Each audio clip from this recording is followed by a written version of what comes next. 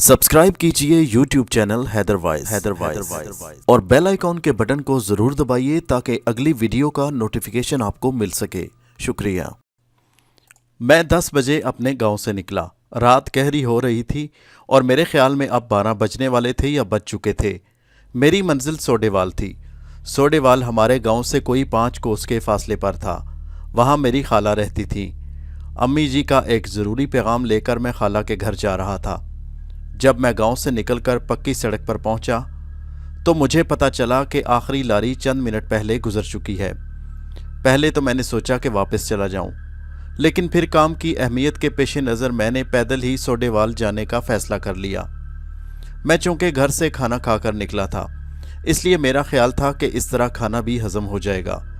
पहले तो मैं पक्की सड़क पर चलता रहा, लेकिन फिर शॉर्टकट के लिए खेतों में मौजूद पगडंडी पर आ गया और छोटी छोटी पगडंडियों पर रास्ता बनाते हुए आगे बढ़ने लगा। खेतों में शायद पानी लगाया गया था, क्योंकि मुझे चलने में बहुत मुश्किल पेश आ रही थी। एक बार तो गिरते गिरते बचा, लेकिन फिर संभल गया। उस दिन का वक्त अंधेरा भी कुछ ज़्यादा ही था।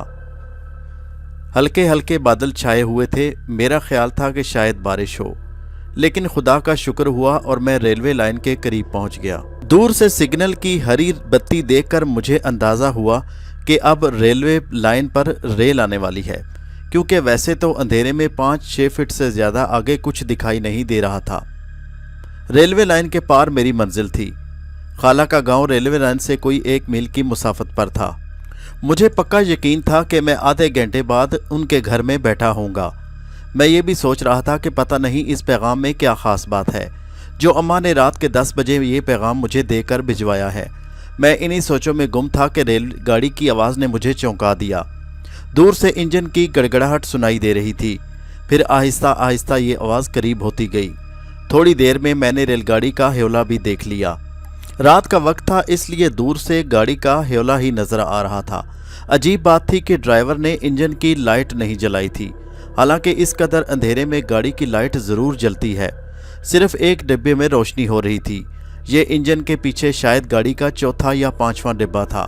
गाड़ी करीब आती गई, डिब्बे मेरे सामने से गुजरने लगे और फिर यूं ही गाड़ी का 5वां डिब्बा मेरी नज़रों के सामने आया तो मैं हैरत से उछल पड़ा। मेरे सामने एक खौफनाक मंजर था। 2 अफराद डिब्बे के दरवाजे में एक दूसरे से लड़ रहे थे। एक शख्स दरवाजे के पास डिब्बे के फर्श पर गिरा पड़ा था, जबकि दूसरा उसे रेलगाड़ी से नीचे गिराने की कोशिश कर रहा था। उसे ठोकर पर ठोकर मार रहा था। नीचे गिरे हुए शख्स ने दरवाजे के बाहर मौजूद राड को मजबूती से पकड़ा हुआ था, इसलिए ठोकरें मारने वाला अभी तक अपनी कोशिश में कामयाब नहीं हो सका था। और फिर मेरे देखते ही देखते ठोकरें मारने वाले शख्स ने अपनी जेब से खंजर निकाला और नीचे गिरे हुए शख्स के सीने में झोंक दिया। उस शख्स के हलक से एक चीख निकली और पलक झपकने में वो रेलगाड़ी से नीचे आ गिरा। खंजर मारने वाले ने उसे ठोकर मारकर नीचे गिरा दिया था। ये सारा खेल देखते ही देखते मुकम्मल हो गया।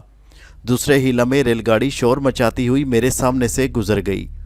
एक लम्हे के लिए तो मैं सुन होकर रह गया, लेकिन फिर तेजी से उस तरफ दौड़ा। वो बदकिस्मत पटड़ी के बिल्कुल साथ गिरा हुआ था।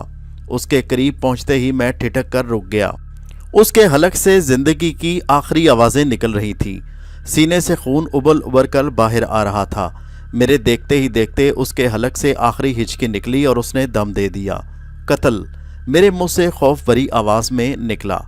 मेरे सामने अभी अभी कत्ल हुआ था और लाश मेरे सामने ज़मीन पर पड़ी थी। उसी लम्हे मुझे अपने पीछे किसी की आहट सुनाई दी। मैंने मुड़कर देखा, लेकिन कुछ नज़र नहीं आया। शायद मेरा वहम था या फिर हवा की सरसराहट से मुझे महसूस हुआ। हवा एकदम तेज़ हो गई और चांद फिर बादलों की ओट में चला गया और हर तरफ गहरा अंधेरा हो गया। उस वक़्त मुझे एहसास हुआ कि मैं आबादी से 1 मील दूर एक लाश के पास खड़ा था और उस वक़्त रात के 12 बजे थे। मैंने ज़िंदगी में पहली मर्तबा खौफ को अपने ऊपर मुसल्लत पाया। मैंने तेज़ी से पटड़ी अबूर की और फिर तेज़ तेज़ कदमों से सोडेवाल की तरफ बढ़ने लगा। मैंने यही फ़ैसला किया कि जितनी जल्दी हो सके चौधरी निसार की हवेली तक पहुंच जाऊं और वहां के मुलाजमों से कहूं कि वो घोड़ों पर जाकर उस बदकिस्मत की लाश को उठाकर ले आएं। मैं तेज़ तेज़ कदमों से चल रहा था। दफ़अतन मुझे महसूस हुआ कि मेरे पीछे कोई चला आ रहा है। میں نے मुड़कर देखा लेकिन अपने पीछे किसी को न पाकर फिर सीधा हो गया। शायद मुझे वहम हुआ है। मैं ये सोचकर अपने आप को मजीद खौफजदा नहीं करना चाहता था कि कोई पुरस्रार शय मेरा ताकुब कर रही थी। 25 कदम मजीद चला होगा कि अचानक फिर कदमों की आहट सुनाई दी। इस बार आवाज़ बहुत वाज़ेह थी। यूं लगता था जैसे कोई मुझसे सिर्फ 1 गज के फासले पर मौजूद हो। मैंने जल्दी से पीछे मुड़कर देखा लेकिन नतीजा वही, पीछे कोई नहीं था। दूर दूर तक खेत फैले हुए थे, किसी इंसान का साया तक नजर नहीं आ रहा था। मैंने अपनी रफ्तार मजीद तेज कर दी। फिर यूं ही एक मोड़ मुड़ा, ठिठक कर रुक गया। थोड़े फासले पर एक आदमी खेतों में दूसरी तरफ रुख किए हुए बैठा था। पास ही एक लालटेन पड़ी थी। आधी रात के वक्त ये शख्स यहाँ क्या कर रहा था? उसी वक्त उस शख्स ने पीछे मुड़कर देखा और पूछा, कौन है? मुसाफिर हूँ, सोडेवाल जा रहा हूँ, मैंने जवाब दिया। वो शख्स लालटेन उठाकर मेरी तरफ बढ़ा। इतनी रात गए कहाँ से आ रहे हो साहब? उसने पूछा। इस वक्त तुम्हारा ये जानना ज़रूरी नहीं। अभी अभी पटड़ी के पास एक कत्ल हो गया है और लाश वहाँ पटड़ी के पास पड़ी है। लाश? वो हैरत से उछल पड़ा। हाँ, लाश। तुम जल्दी से मेरे साथ चौधरी निसार की हवेली तक चलो ताकि उसके मुलाजिम घोड़ों पर आकर ये लाश उठाकर ले जाएं, वरना जंगली जानवर लाश की बेहुरमती कर देंगे। लगता है आज फिर कोई आलम कसाई का निशाना बन गया है, बेचारा मुसाफिर। वो शख्स बुड़बुड़ाया। ये आलम कसाई कौन है? मैंने चौंक कर पूछा। डाकू है साहब, उस शख्स ने कहा। इस तरफ के इलाके में उसने 3-4 माह से अंधेरा फैला रखा है। अब तक 4 कत्ल कर चुका है। होगा कोई। बहरहाल ये कत्ल उसने नहीं किया। ये कत्ल चलती रेलगाड़ी में हुआ है। किसी जालिम ने उसे कत्ल करके चलती रेलगाड़ी से नीचे फेंक दिया, मैंने उसे बताया। वो शख्स मेरी बात सुनकर चौंक पड़ा। चलती ट्रेन में? ये कब की बात है साहब? उसने हैरत से पूछा। अरे भाई, अभी की बात है और तुम क्या ये मुझसे सवाल जवाब पूछे जा रहे हो?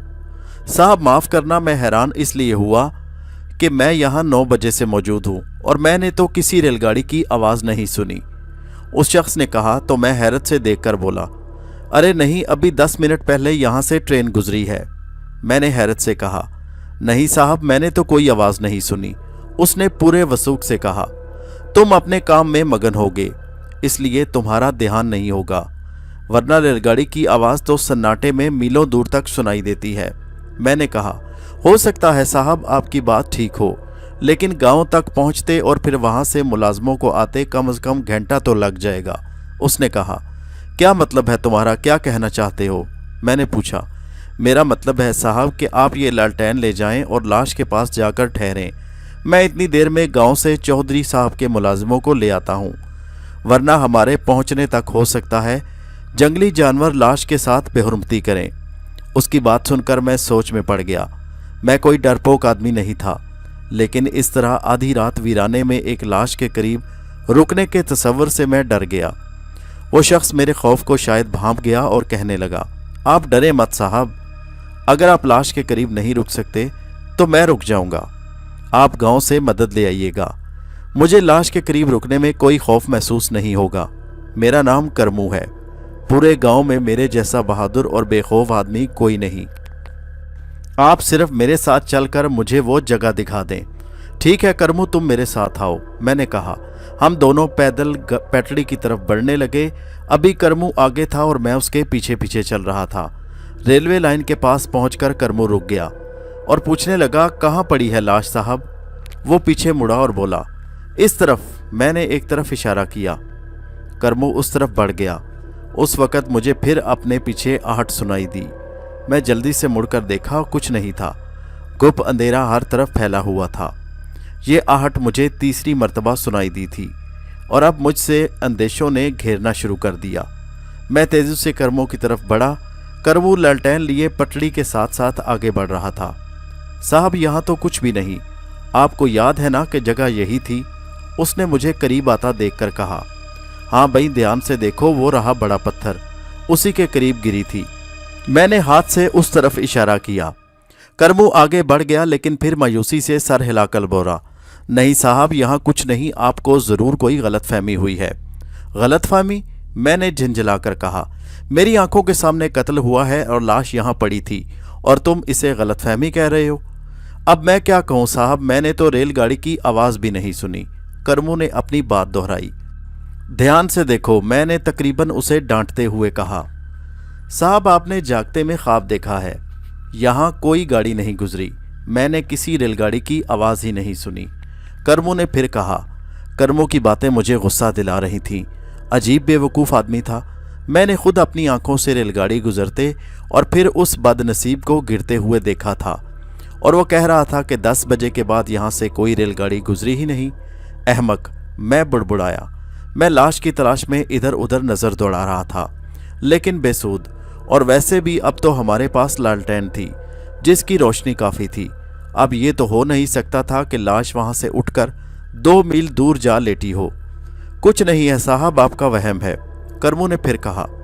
चलो फिर वापस चलें, मैंने कहा। उसी वक्त हवा का एक झोंका आया और लालटेन बुझ गई। क्या मुसीबत है, करमू के मुंह से निकला, और फिर मुझे उसकी जेब में टटोलने की आवाज़ आई। शायद वो माचिस तलाश कर रहा था। एक तो पता नहीं ये चीज़ें वक्त पर मिलती क्यों नहीं। मुझे उसकी बुड़बुड़ाहट सुनाई दे रही थी। अभी मैंने 2 कदम ही उठाए थे कि ठोकर खाकर गिर पड़ा। क्या हुआ साहब, करमू ने पूछा, लेकिन मैं उसकी बात का जवाब देने की पोजीशन में नहीं था। इस ख्याल से मुझे अपने रोंगटे खड़े होते महसूस हो रहे थे कि मैं किसी इंसानी जिस्म से ठोकर खाकर गिर पड़ा था। मेरा दिल उछलकर हलक में आ गया। लाश तो पटड़ी की दूसरी तरफ थी, इस तरफ कैसे आ गई? खौफ की एक सर्द लहर मेरे जिस्म में दौड़ गई। करमू, मैं पूरी ताकत से चिल्लाया। क्या हुआ साहब? करमू ने घबराए हुए लहजे में कहा। लाश इधर पड़ी है, मैंने हाथ से इशारा किया। उसी दौरान मैंने टटोल कर देखा, वो वाकई कोई इंसानी जिस्म था। क्या कह रहे हैं साहब, लाश तो पटड़ी के दूसरी तरफ थी, करमू ने हैरत से कहा। मैं उसकी बात का जवाब देने के बजाय उठकर खड़ा हो गया। कहाँ है साहब लाश? करमू ने लालटेन को हरकत देते हुए कहा। यहाँ ये पड़ी है, मैंने अपने कदमों की तरफ इशारा किया, लेकिन दूसरे ही लम्हे मेरा जहन भग से उड़ गया। वहाँ लाश तो दरकिनार खून का एक धब्बा तक नहीं था। लालटेन की रोशनी में 4-5 फीट का हिस्सा साफ नजर आ रहा था, लेकिन लाश, मुझे अपना दिमाग चकराता हुआ महसूस हुआ। मैं लाश से ठोकर खाकर गिरा था और लाश को वहीं होना चाहिए था, लेकिन ये कहाँ गई, किधर गई, किधर जा सकती है? मैंने पागलों की तरह करमू से लालटेन छीनकर इधर उधर चकराना शुरू कर दिया, लेकिन वहाँ कुछ नहीं था। करमू कहने लगा, साहब यहाँ कुछ नहीं है, आप ख्वामख्वाह अपना वक़्त ज़ाया कर रहे हैं। मैंने तो आपसे पहले ही कहा था कि यहाँ से रात 10 बजे के बाद कोई रेलगाड़ी नहीं गुजरती। करमू ने फिर कहा। तो फिर मुझे ठोकर किस चीज़ से लगी थी? मैंने कहा। साहब कोई पत्थर होगा, करमू ने आहिस्ता सी आवाज़ में कहा। उसी वक़्त लालटेन फिर बुझ गई। क्या मुसीबत है, मैं गुस्से से बुड़बुड़ाया।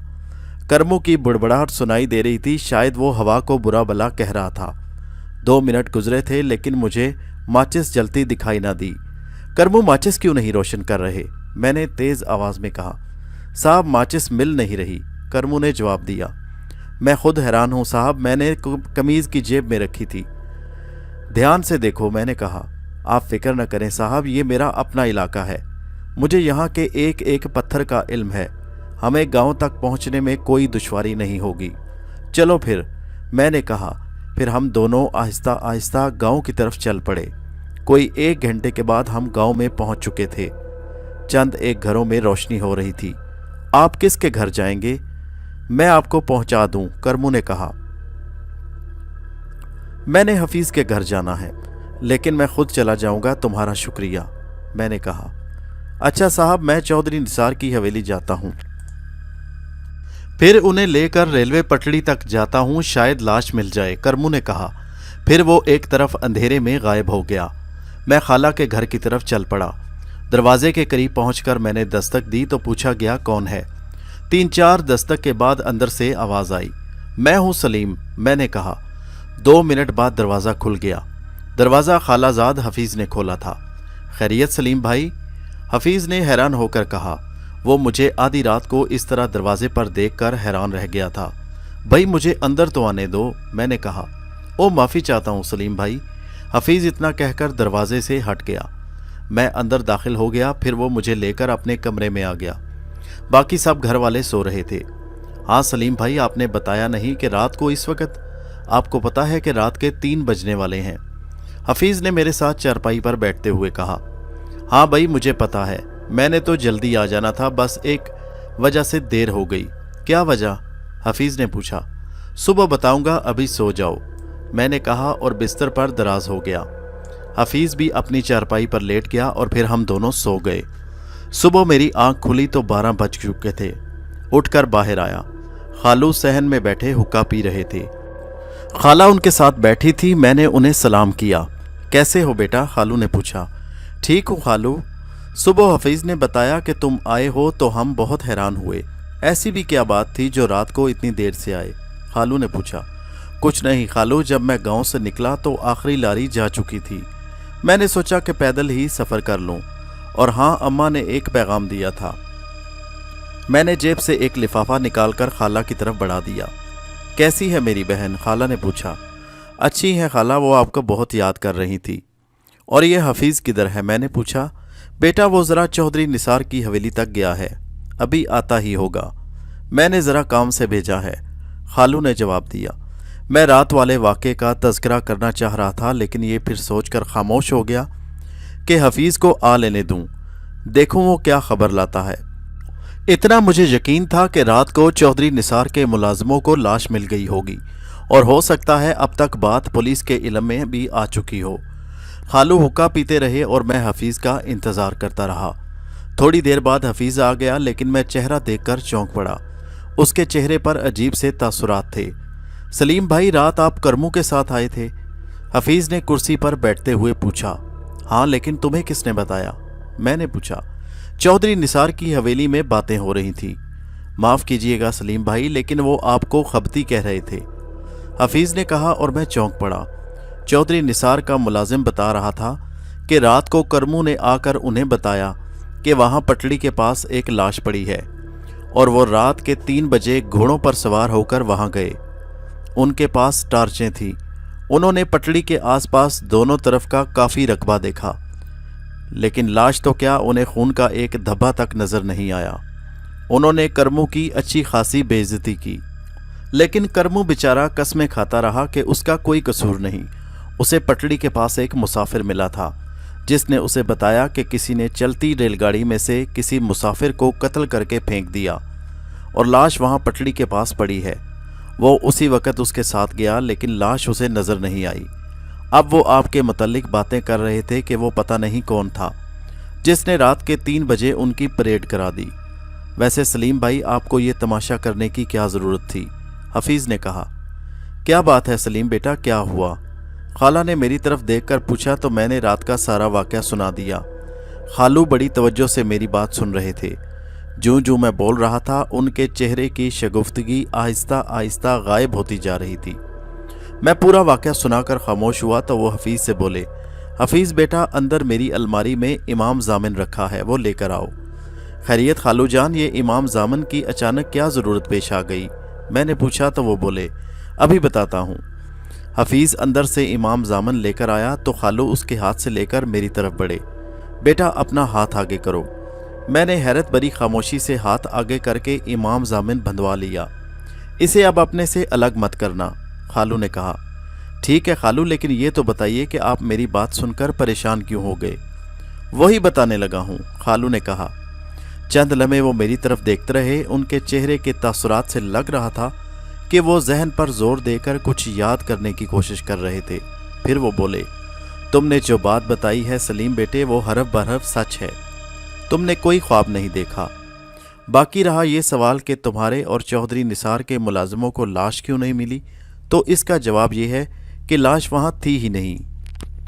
خالو کی بات سن کر میں دنگ رہ گیا اور میں نے پوچھا، خالو اگر میں نے جو کچھ دیکھا وہ سچ ہے، خواب نہیں تھا، تو لاش کو وہاں ہونا چاہیے تھا۔ اس کی وجہ یہ ہے کہ جو واقعہ تم نے رات کو دیکھا وہ رات کو پیش ہی نہیں آیا۔ خالو کی بات سن کر مجھے ایک اور ذہنی جھٹکا لگا۔ کیا مطلب خالو؟ میں نے کچھ کہنا چاہا، لیکن خالو نے میری بات کاٹ دی۔ پہلے میری بات سن لو، خالو نے کہا۔ میں خاموش ہو گیا، لیکن میرے ذہن میں عجیب و غریب سوالات جنم لے رہے تھے۔ حفیظ بھی حیرت سے خالو کی طرف دیکھ رہا تھا۔ خالو نے کہنا شروع کیا کہ واقعہ دراصل یہ ہے کہ کہ आज से 15 साल कबल इसी मकाम पर एक मुसाफिर की लाश मिली थी। उस बदनसीब को किसी ने चलती गाड़ी से नीचे पटड़ी पर फेंक दिया था। लाश के सीने में दस्ते तक खंजर घुसा हुआ था। मैं इन दिनों यहीं के थाने में हेड कांस्टेबल था। मेरे सामने वो लाश पटड़ी पर से उठाई गई थी। मकतूल के बारे में पता चला कि वो बदनसीब ढरकी का रहने वाला था और अपने किसी अजीज से मिलने कहीं जा रहा था कि किसी संगदिल कातिल ने उसकी नकदी छीनकर उसे चलती ट्रेन से नीचे फेंक दिया। लेकिन ऐसा अक्सर होता है। लेकिन खालू ऐसा क्यों होता है, और सबसे बढ़कर ये कि ऐसा हो कैसे जाता है? मैंने सवाल किया।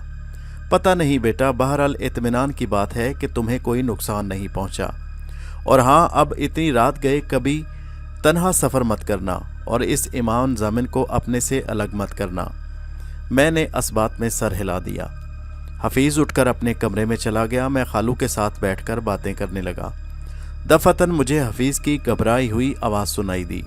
सलीम भाई, जल्दी से इधर आएं। हफीज़ की आवाज़ में हल्की सी लर्जिश थी। खुदा खैर करे, इस लड़के को क्या हुआ? खालू जल्दी से चरपाई से उठ खड़े हुए।